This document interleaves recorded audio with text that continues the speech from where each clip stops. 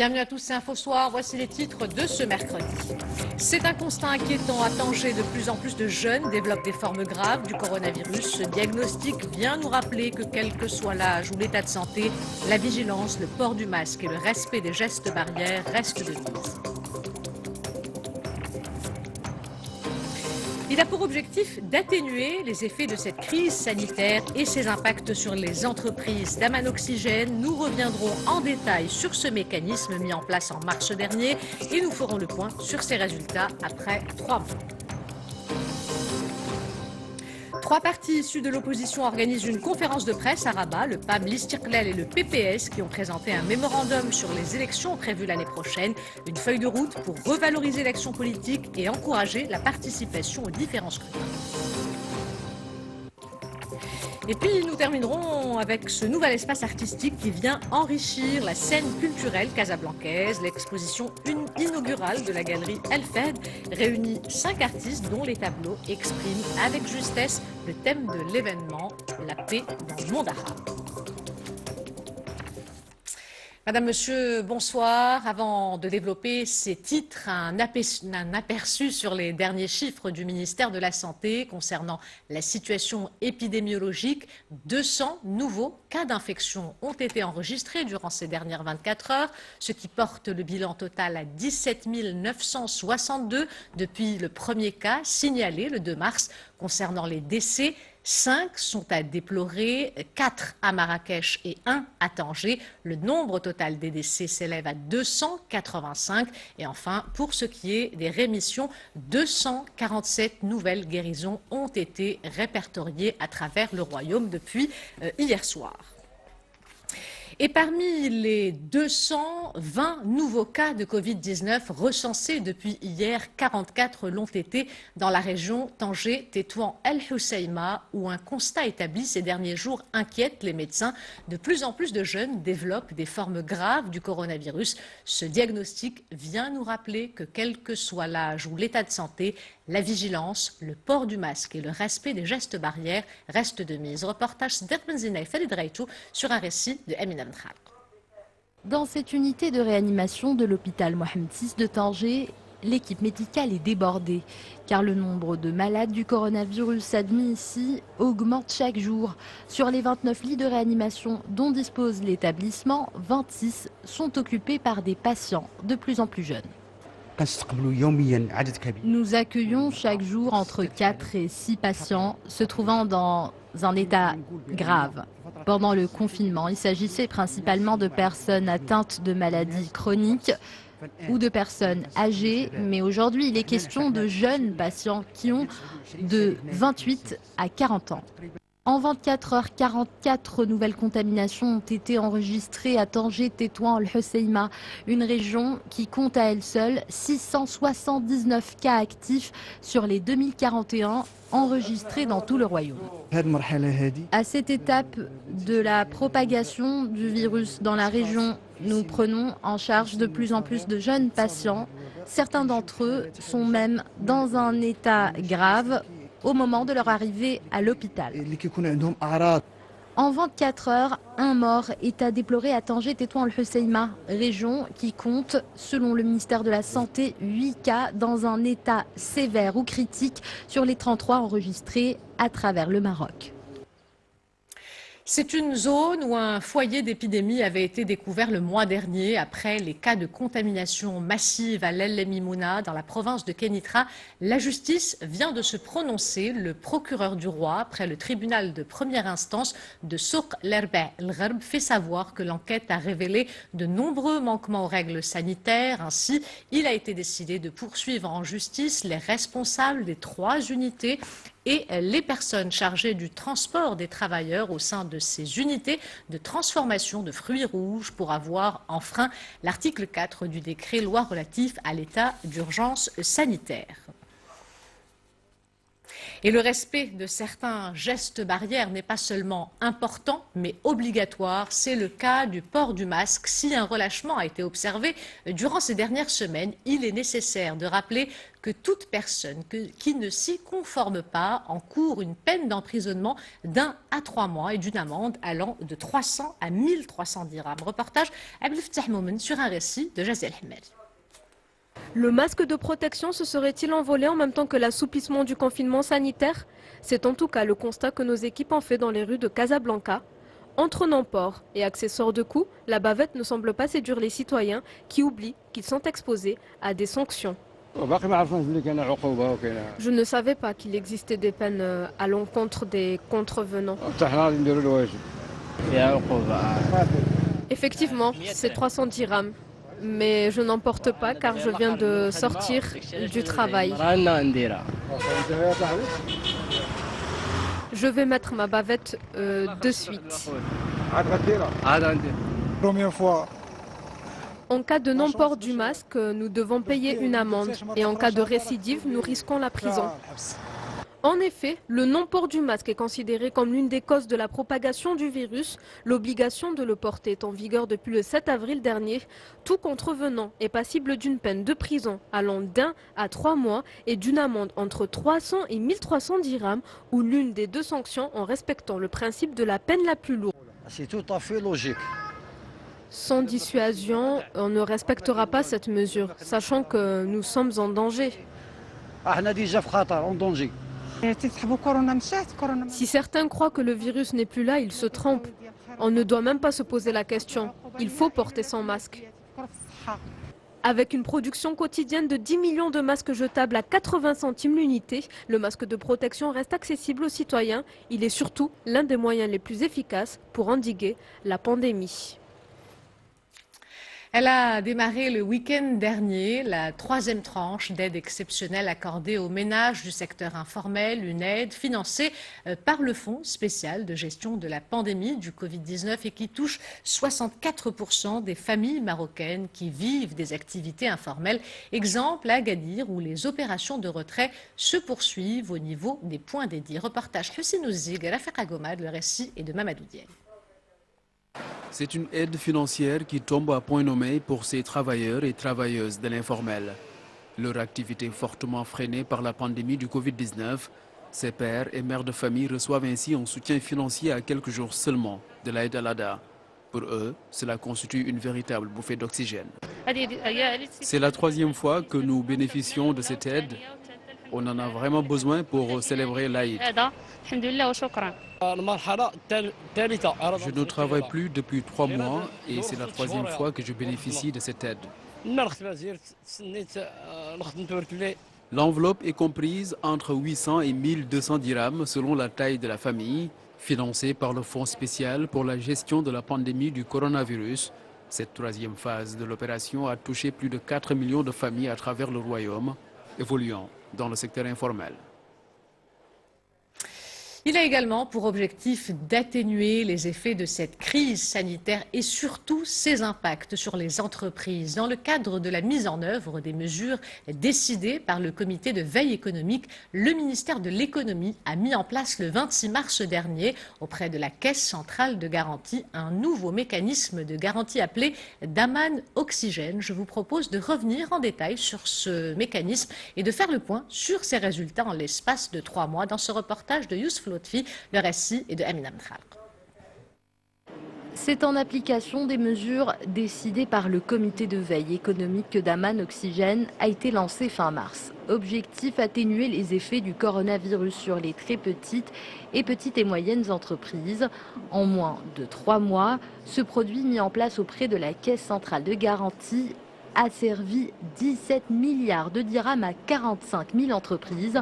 Une bouée de sauvetage pour des structures qui ont assisté impuissantes au ralentissement de leur activité.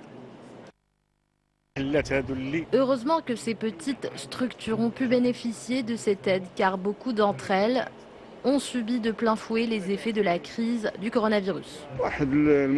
Dans ce contexte de pandémie mondiale, il est normal que l'économie et que les petites entreprises vivent les conséquences du confinement. Il faut faire face à ce type de crise avec courage et détermination. C'est ainsi que l'on redressera notre économie. Cette aide aux entreprises en difficulté est remboursable d'ici fin 2020. En cas d'incapacité de faire face à l'échéance, le découvert est amorti d'ici 5 ans. Le monde entier vit cette crise. Il faut s'adapter à la conjoncture actuelle. C'est l'unique manière d'affronter le problème. Il ne nous reste plus qu'à attendre l'ouverture des frontières car nous travaillons avec les touristes et avec des partenaires étrangers. Le produit d'Aman Oxygène est d'abord destiné au tissu des très petites et moyennes entreprises dont le chiffre d'affaires ne dépasse pas les 200 millions de dirhams. En revanche, les structures de taille intermédiaire réalisant un chiffre d'affaires entre 200 et 500 millions de dirhams touchées par la crise peuvent aussi en bénéficier. Et toujours dans la même thématique, nous recevons ce soir le président de la commission environnement des affaires à la CGEM, Karim Tazi. Bonsoir. Bonsoir. Alors pour commencer, comment est-ce que la CGEM a perçu la mise en place des produits d'Aman Oxygène?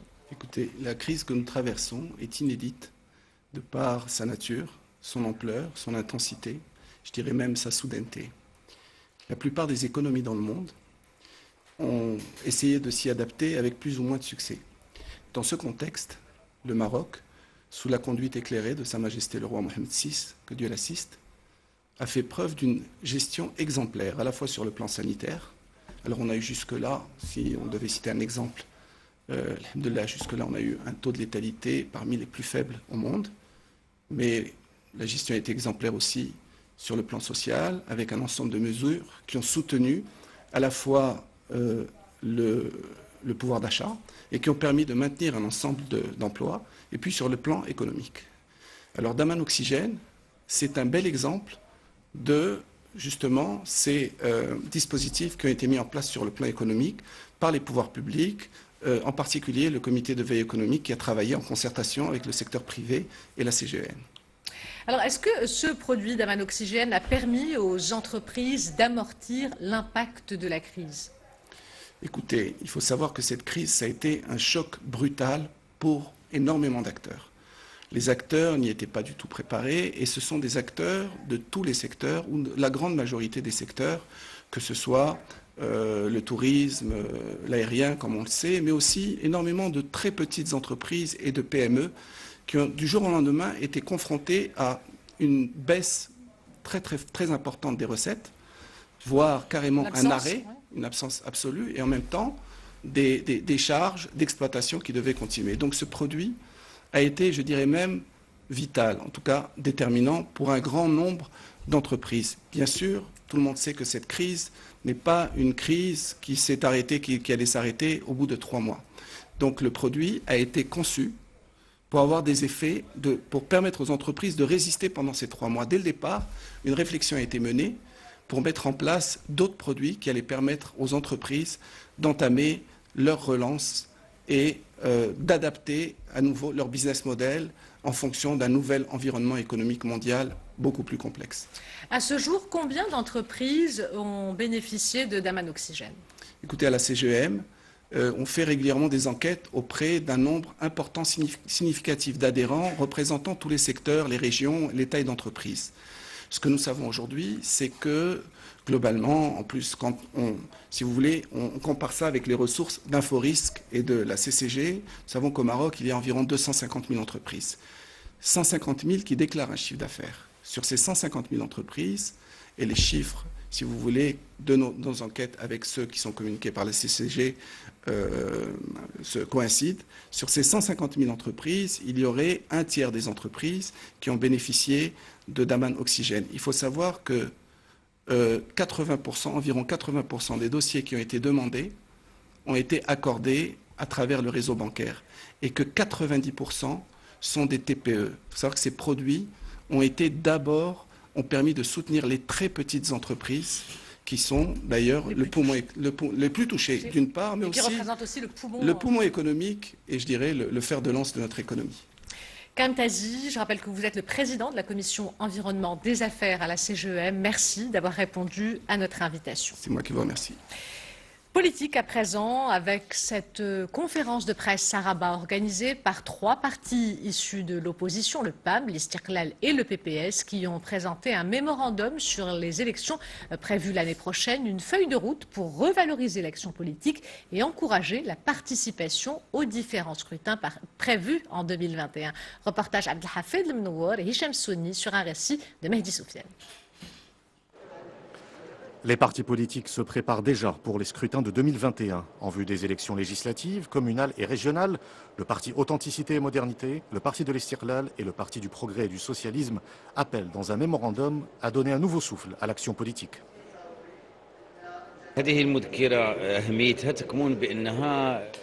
Ce mémorandum a une portée politique importante. Le texte appelle à revaloriser et réhabiliter l'action politique. Nous devons rétablir la confiance entre le citoyen et la politique.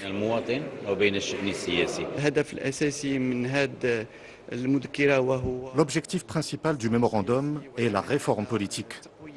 Il s'agit de renforcer la crédibilité de l'action politique. Il est important qu'il y ait des taux élevés de participation aux élections, et cela en facilitant les inscriptions sur les listes électorales. Autre point majeur, les élections législatives, communales et régionales doivent avoir lieu le même jour. Le mémorandum comprend 17 pages de propositions pour encourager notamment la participation des jeunes aux élections. Nous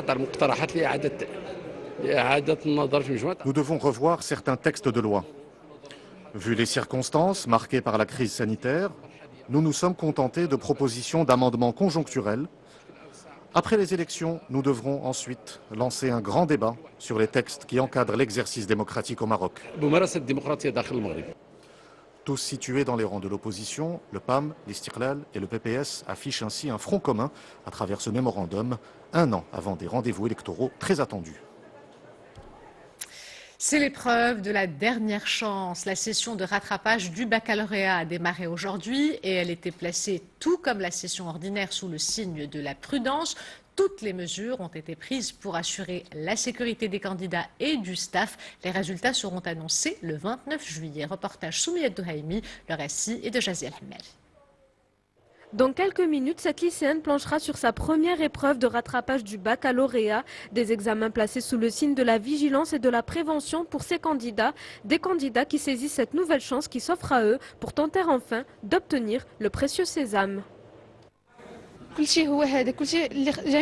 Toutes les dispositions ont été prises pour nous protéger de la part des surveillants et des professeurs. Nous avons profité de cette semaine pour bien nous préparer à ces rattrapages. Des préparations rythmées par la pandémie et des conditions d'évaluation qui rappellent que la menace du virus plane toujours. Cette salle de sport a été aménagée pour l'occasion de manière à respecter les mesures sanitaires en vigueur, de quoi garantir la sécurité des candidats, mais aussi des examinateurs et des surveillants. Pour cette session de rattrapage, il y a 9 centres d'examen disposant de 199 salles d'examen. En tout, 1288 professeurs et surveillants ont été assignés à cette mission. Tout un dispositif ayant pour mission de lutter contre la propagation du nouveau coronavirus, mais surtout d'offrir des conditions idéales aux 99 782 élèves scolarisés qui doivent passer la session de rattrapage. Le 29 juillet prochain, ils sauront enfin s'ils tournent définitivement la page du lycée. Nous célébrons aujourd'hui la journée mondiale du cerveau. À cette occasion, la Société marocaine de neurologie a choisi de mettre en lumière la maladie de Parkinson. Souvent d'origine inconnue, lentement évolutive, cette affection neurodégénérative est malheureusement trop souvent stigmatisée. Selon les estimations, 50 000 Marocains seraient atteints de cette pathologie. Reportage Salima Benabou et Abdelrahim Bouhdioui. Raideur musculaire, tremblement, lenteur des mouvements et parfois problème d'élocution. Tels sont les symptômes de la maladie de Parkinson. Neurodégénérative, elle affecte le système nerveux central. Au fil des ans, les neurones producteurs de dopamine, qui jouent un rôle clé dans le contrôle des mouvements, disparaissent. Pour changer le regard sur cette affection, 3 associations de neurologie ont lancé cette campagne de sensibilisation sur les réseaux sociaux. Une façon également de mettre en avant les modes de traitement qui permettent d'atténuer les symptômes. La kinésithérapie et l'orthophonie constituent un complément indispensable aux médicaments et à la chirurgie, pratiquée dans moins de 10% des cas au CHU Ibn Sina, Rabat. En fait, son principe, c'est de poser des électrodes au niveau d'un neurone spécifique du cerveau, dont l'activité est altérée au cours de la maladie de Parkinson. Et l'avantage de cette électrode, c'est de moduler l'activité de ces neurones. Cette électrode, donc, il y en a une dans chaque hémisphère et elle est reliée à une pile que voici, qui est placée en sous-cutané. Et à travers cette pile, on va avoir un courant électrique qui va passer et donc réguler l'activité de ces neurones. L'opération ne fait qu'améliorer les signes moteurs. La maladie poursuit son évolution. Une prise en charge précoce permet toutefois de retarder l'apparition des symptômes. Un petit peu d'atrophie quand même. Quand on les prend en charge plus tôt, on va bien sûr adapter la prise en charge thérapeutique à chaque étape de la maladie. Donc c'est très important de consulter, d'être diagnostiqué précocement. Il y a d'autres choses qui sont très importantes aussi, la rééducation physique, l'orthophonie, qui vont permettre d'améliorer la qualité de vie et de ralentir le handicap. Lorsque les signes de la maladie apparaissent, le traitement est relativement léger. Seulement, les ruptures de soins liées aux pénuries de médicaments sont malheureusement trop fréquentes. Le traitement qu'ils prennent la journée, il agit pour la journée. C'est-à-dire si aujourd'hui ils ne prennent pas, ils resteront coincés toute la journée. C'est absolument désagréable. Il y a ces maladies chroniques où on a ce problème-là de rupture de stock. Concernant maintenant la recherche, actuellement, tout ce qui est médicamenteux, je crois qu'on est arrivé à une fin de traitement. On sait quelle est la cause, on sait comment ça se passe, etc. 50 000 personnes sont touchées et 4 000 nouveaux cas se déclarent chaque année. Parkinson est pour le moment incurable, mais le regard sur la maladie peut changer. Ce combat, lui, est en marche. Nous terminons avec ce bel espace artistique qui vient enrichir la scène culturelle casablancaise. L'exposition inaugurale de la galerie El Ferd réunit 5 artistes, 2 Marocains et 3 Irakiens, dont les tableaux expriment avec justesse le thème de l'événement, la paix dans le monde arabe. L'ambassade irakienne à Rabat a également participé à l'exposition en prêtant une partie de sa collection privée. Reportage Youssef El Ghazi, le récit est de Sami Haris. Après avoir officié sur la toile en ligne, la galerie El Ferd ouvre ses portes au public en pleine urgence sanitaire. Une double gageure pour cet espace culturel qui a pour vocation de rendre l'art accessible. Pour la fondatrice de la galerie, Soukaine El Ferd, maroco-irakienne, l'exposition qui a pour thème la paix dans le monde arabe revêt une importance particulière. Le choix de ce thème, c'est inévitablement porté sur le monde arabe et sur la paix auquel il aspire et pour lequel il se bat tous les jours. Cet événement nous réunit tous.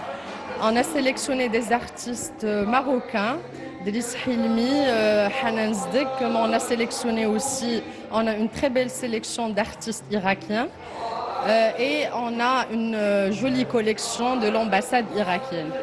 2 artistes marocains et 3 artistes irakiens de générations différentes engagent un dialogue artistique universel.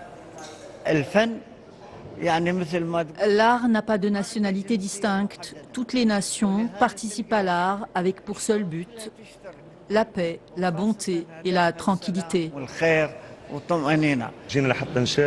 Nous participons chacun à cette belle exposition avec une onde d'amour et d'énergie positive.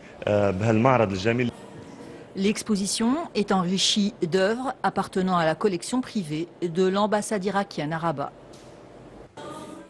Avant de nous quitter, je vous rappelle l'une des principales informations de ce journal. 220 nouveaux cas d'infection ont été enregistrés durant ces dernières 24 heures, ce qui porte le bilan total à 17 962 depuis le premier cas signalé le 2 mars.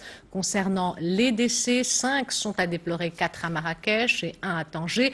Le nombre total des décès s'élève à 285. Et enfin, pour ce qui est des rémissions, 247 nouvelles guérisons ont été répertoriées à travers le royaume depuis hier soir.